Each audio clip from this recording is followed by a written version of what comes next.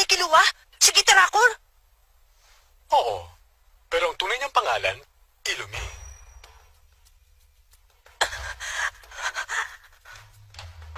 Musta? Siya ang kuya ni Kilua? Ginamit ng mga karayom para magbago ng anyo? Balita ko sinaksak mo daw si Mama at si Miluki. Parang gano'n na nga. Alam mo, umiyak si Mama. Sino bang nanay ang hindi iiyak kapag nagawa siya saktan ng sarili niyang anak? Umiyak siya sa tuwa. Grabe, masayang-masaya talaga siya dahil nag-mature ka na raw. Pero kahit na, nag-alala siya ng gusto sa paglayas mo ng bahay. Kaya pinakiusapan niya akong bantayan ka at akalain mo nga naman, dito ka rin pala pupunta. Hindi ko alam na kursunada mo pala maging hunter, Kian. Nagkataon naman na naisip ko makakatulong sa susunod kong trabaho ang magkaroon ng hunter license. Sa totoo lang, hindi ko naman talaga gusto maging hunter. Naisip ko lang parang masaya mag-exam. Ganun ba? Mabuti na lang. Dahil may mahalaga akong imumungkahi sa'yo. Hindi ka na babagay maging hunter. At tunay at nag-iisang bukasyon mo, isa kang mamamatay.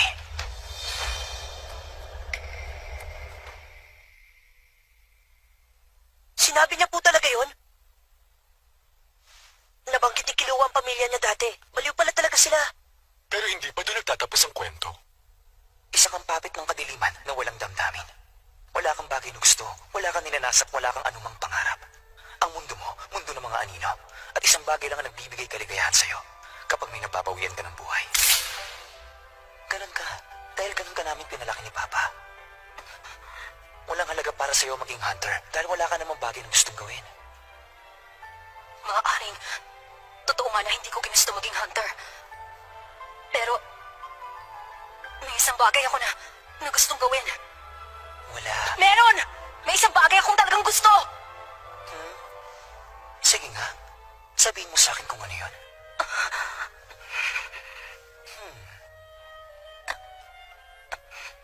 Kita mo na? Akala mo lang may gusto ka pero wala talaga. Mali ka!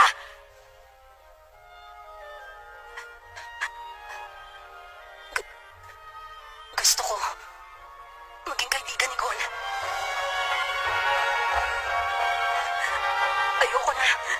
Ayoko na talagang pumatay. Gusto ko makipagkaibigan at maglaro. Tulad ng iba. Imposible. Wala makikipagkaibigan sa isang tulad mo. Isa lang ang nasa isip mo kapag umarap ka sa tao. Kung kaya mo silang patayin o hindi, wala nang iba. Ganun ka dahil ganun ka namin pinalaki. Namamangha ka lang dahil ngayon ka lang nakakita ng katulad ni Gon. Nakaedad mo. Walang kinalaman ang nararamdaman mo sa makikipagkaibigan. Hindi. Kapag tumikit ka sa kanya, makikita mo, may isip mo din siyang tapusin balang araw. Napupukaw ang interes mo dahil gusto mong malaman kung kaya mo siyang patayin o hindi. Alam mo kung bakit? Dahil ligas na sa kaluluwa mo ang kumitin.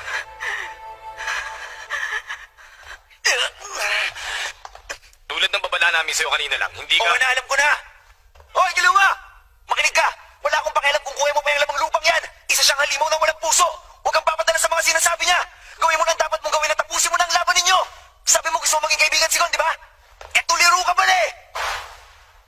Ano bang sinasabi mo dyan? Eh, magkaibigan na nga kayo! Ha? Kung nandito si Gon, sigurado kong yun din ang sasabihin niya! Totoo ba yun? Oo! Bakit may problema ka ba doon, ha? Kung ganun, problema nga yun. Kaibigan na pala ang turing ni Gon kay Kilua. Pwes, papatayin ko na lang si Gon. Hindi kailangan ng isang asasin ng kaibigan. Magiging sagabal lang yun sa'yo. Nasaan na ba ang Gon na yan? Hindi ka pwedeng umalis! May laban kang...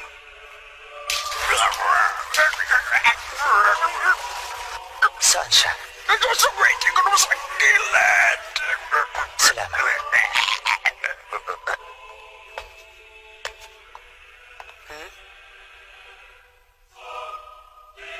Oo nga pala.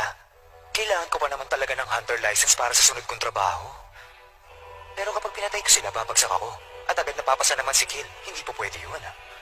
Ah, oo nga. Ganun din pala mangyayari kapag pinatay ko si Gon. Alam ko na. Ipapasa ko muna ang hunter exam bago ko patayin si Gon. Walang iya ka! Kapag naipas ako ng Hunter exam, kahit tapusin ko pa lahat ng nandito, hindi niyo na mababawi ang Hunter license ko, tama? Oo. Ayon sa mga alituntunin namin. Narinig mo yun, Kill? Ibig sabihin, kailangan mo ako matalo sa laban kung gusto mong iligtas si Gon.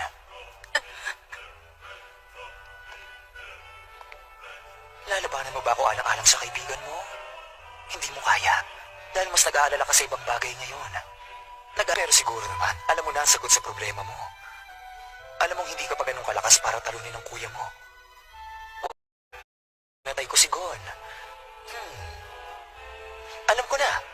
Ipapasa ko muna ang Hunter exam bago ko patayin si Gon. Walang iya ka! Kapag naipas ako ng Hunter exam, kahit tapusin ko pa lahat ng nandito, hindi niyo na mababawi ang Hunter license ko, tama? Oo.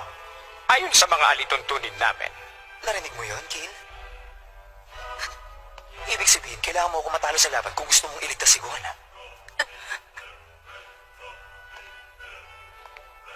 Lalabanan mo ba ako alang-alang sa kaibigan mo? Hindi mo kaya.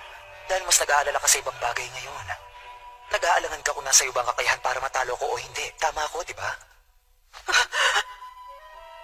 Pero siguro naman, alam mo na ang sagot sa problema mo. Alam mong hindi ka pa ganun kalakas para talunin ang kuya mo. Huwag kang lalaban kung hindi ka mananalo.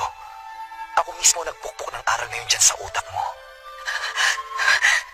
Huwag kang gagalaw. Sa oras na gumalaw ka, iisipin ko nagsimula na ang laban natin.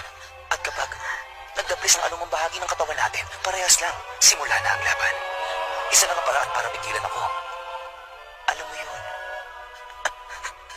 Pero huwag mong kalimutan, kapag hindi mo ako nagawang talunin ngayon, mamamatay ang mahal mong kaibigang si Gon. Gawin mo, Kiluwa! Dali na! Huwag kang mag-alala! Hindi ka mapapayag na saktan niya si Gon! Gagawin namin ang lahat para protektahan siya, kaya sige na! Huwag kang matakot sa kanya!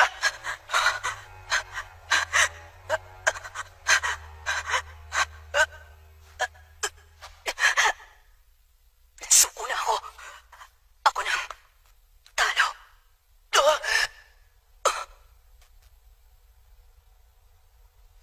Ay, mabuti naman. Kung ganun tapos na ang laban natin dito. Nagsinungaling ako. Hindi ko naman tutotohanan yung sinabi ko. Hindi ko papatayin si Gon. Sinusubukan lang naman kita. Pero ngayon alam ko na ang sagot mo, Kill. Wala kang karapatan makipagkaibigan. Naiintindihan mo? Hindi mo yun kailangan. Kaya itigil mo na. Mabuti pa makinig ka na lang sa amin ni Papa at gawin mo ang trabaho mo tulad ng dati mong gawin. Pagdating ng panahon, ako ang magsasabi sa'yo na mag-Hunter exam ka uli. Sa ngayon, kalimutan mo na. Matapos nun, natulala na lang siya at nawala sa sarili. Sinubukan siya kausapin ni Leorio at Kurapika. Pero kahit anong sabihin nila, hindi na siya umimik. Nung dumating na ang oras para sa ka-6 na round sa pagitan ni Leorio at Bodoro, nakabawi si Bodoro ng lakas at magsisimula na ang laban ng biglang... Simula na!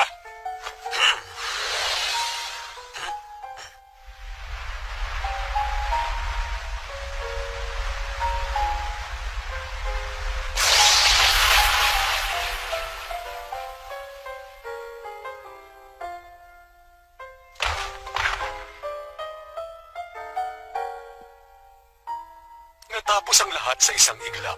Pinatay ni Killua si Bodoro at na-disqualify siya. Pagkatapos nun, umalis na lang siya nang hindi man lang nagsasalita o lumilingon. Gon! Nasaan na sila? Hindi ka pa pwedeng tumayo! Dapat nagpapahinga ka! Gon!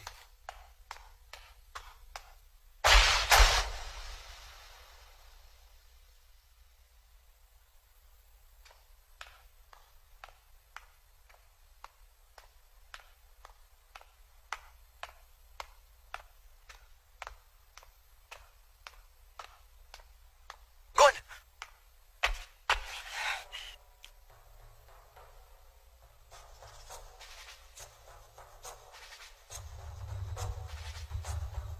Mag-sorry ka kay Killua!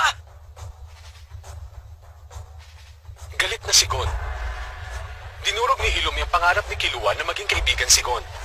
Pinilit niya si Killua na umatras sa exams at itinulak siya pabalik sa mundo ng kawalan. Galit na galit si Gon.